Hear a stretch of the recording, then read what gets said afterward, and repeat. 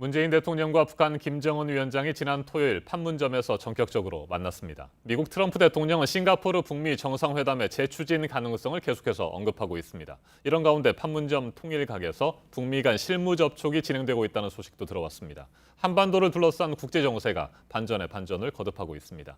홍현익 세종연구소 수석연구위원과 한 걸음 더 들어가겠습니다. 안녕하십니까? 안녕하십니까? 네, 위원님. 마치 롤러코스터를 타는 것처럼 한반도 정세가 요동치고 있습니다. 트럼프 대통령이 북미 정상회담을 취소하겠다고 밝히자 남북 정상이 판문점에서 다시 만났습니다. 지난 주말 문재인 대통령의 중재자, 길잡이로서의 역할이 돋보였다 이런 평가가 있는데 어떻게 보세요? 네, 사실 문재인 대통령이 좀 수세에 몰렸었죠. 한미 정상회담에서 그 결과는 6월 12일 정상회담을 잘 준비해서 성공적으로 하자.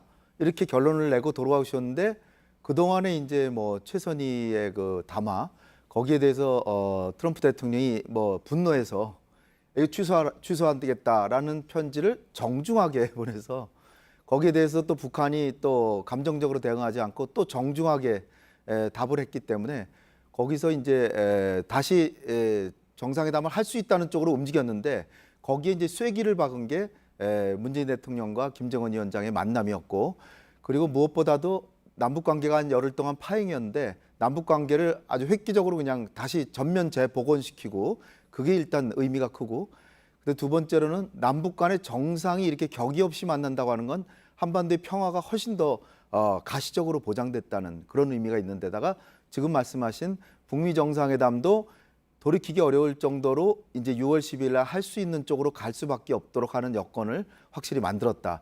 그리고 무엇보다도 김정은 위원장과 트럼프 대통령 두 분 다 문재인 대통령을 높이 평가하고 있기 때문에 이런 중재자 역할, 뭐 길잡이 역할은 더 강화됐다 이렇게 평가할 수 있겠습니다. 네, 지난 주말 많은 사람들이 아마 예상을 했을 겁니다. 첫 번째 남북 정상 간의 한라인 통화가 있을 것이다. 이 정도는 예상을 했을 텐데 남북 정상이 판문점에서 다시 만날 것이다.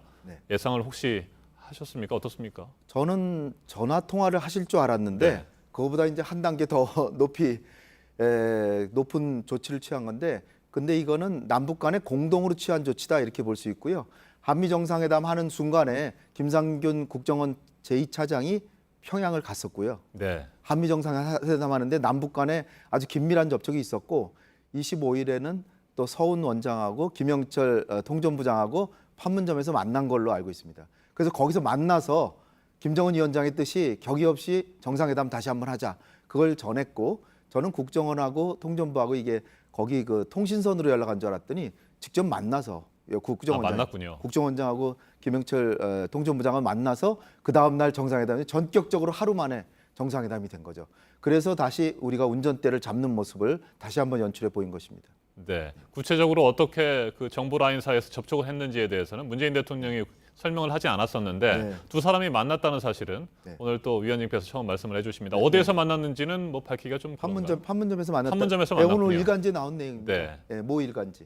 판문점에서 두 사람이 먼저 만났고 그래서 2차 거기서 직접 진행됐다는 정상회담 의사를 밝혔고 그래서 이제 대통령께 보고를 했죠. 장관들끼리 몇 명이 모여서 상의한 다음에 대통령께 보고하니까 대통령께서 그러면 내가 본래 추진하던 게 남북 정상회담 정례화, 상시화, 수시화인데 잘 됐다.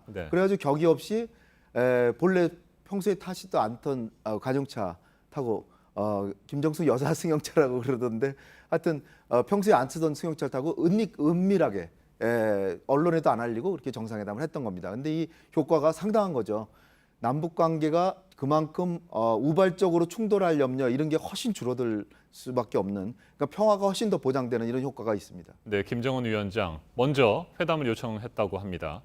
아버지 김정일 국방위원장과는 달리 격식보다는 실용적인 측면을 더욱 중시하고 매우 신속하게 대응을 하고 있다 이런 평가가 나오는데 어떻게 보세요? 김정은 위원장은 이제 김정일이나 김일성과 달리 해외 경험이 있고 서구 사회를 알기 때문에 자기 나름의 자신감이 있는 것 같습니다. 그러니까 나름의 국제정치관이나 전략 같은 것도 좀 상당히 갖추고 유연성 그리고 사고가 서구에서 좀 교육을 받았기 때문에 유연하게 움직이고 따라서 김정일은 오히려 주변에 여러 여론을 들어서 그 숨어서 그 은둔의 지도자였다 그러면 김정은은 확 외면적으로 돌아다니면서 의사표현도 확확하고 그다음에 결정도 자기가 얘기는 듣지만 자기가 그 결단력 있게 결정하는 그런 스타일이기 때문에 김정은과 우리 대통령이 저렇게 가까운 사이라는 걸 보면 남북 관계가 별 지장이 없겠다 이런 생각을 할 수 있는 거죠. 네, 북미 간 실무 접촉이 판문점에서 진행되고 있다는 소식 네. 오늘 새벽에 또 들려왔습니다. 네. 굉장히 빠르게 전개되고 있는 것 같아요. 그렇죠. 성김 필리핀 대사가 이미 열흘 전에 서울에 와 있었답니다. 네, 그래가지고 그러니까 사실 우리가 이 언론에 나오는 것보다도 훨씬 더 긴밀하게 그 물밑에서는 여러 가지 작업들이 되고 있었던 거죠. 필리핀 대사 현직 대사인데 사실 성김만큼 이 베테랑이 없고요. 예, 북핵 문제 잘하는 사람이 없고 그리고 이제 이 사람이 영변에 그 냉각탑 폭파할 때도 갔던 사람입니다. 그리고 최선희가 북한은 대표로 나왔는데 둘이 여러 번 만났었고 그렇죠. 그리고 한국말을 잘하기 때문에 한국인이 이세기 때문에 우리말로 소통이 되니까 얼마나 소통이 잘 되겠습니까? 거기다가 제가 놀란 게 국방부에 아태 담당 차관보 랜들 슈라이버가 가담해 있고요. 근데 올림픽 때 이방카하고 같이 왔었던 그 앨리슨 후커 백악관 한반도 네. 보좌관 전부 회담에 가 있습니다. 그러니까 아주 최고의 주한미군 문제와 한미동맹까지도 건의하는 사람까지 포함해서 지금 북한하고 회담을 하고 있다. 이 얘기는 저는 전략자산 문제 이런 얘기까지도 할 수 있다는 얘기 같아요. 거기다가 이제 싱가포르에서도 또 30명 지금 곧 도착하거든요.